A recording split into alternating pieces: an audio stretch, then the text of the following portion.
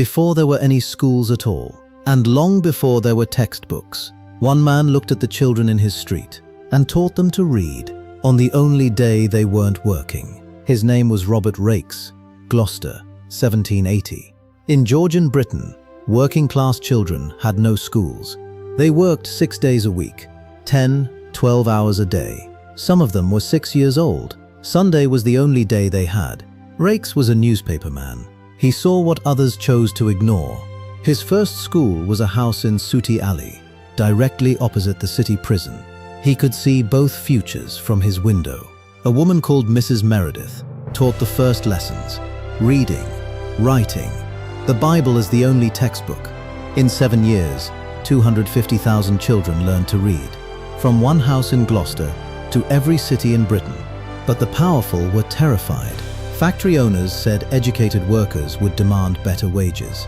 Politicians said readers could learn about rights. A bishop called the schools agents of the devil. They wanted the children kept ignorant, but despite the threats, the children came. Their parents sent them anyway.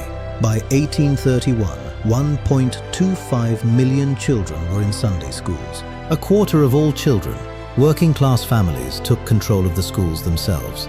It was no longer charity, it was theirs. The government took 100 years to catch up.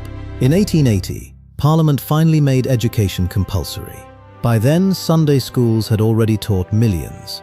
One man in Gloucester looked at children with nothing. He opened a book and gave them everything. A book, a room, a Sunday. That was all it took to change Britain forever. They never tell you how close it came, how the powerful fought to keep children ignorant, and how ordinary families won that fight. Every person who supports us keeps stories like this alive. Support us at proudofus.co.uk. Join the movement. Be part of us. Be proud of us.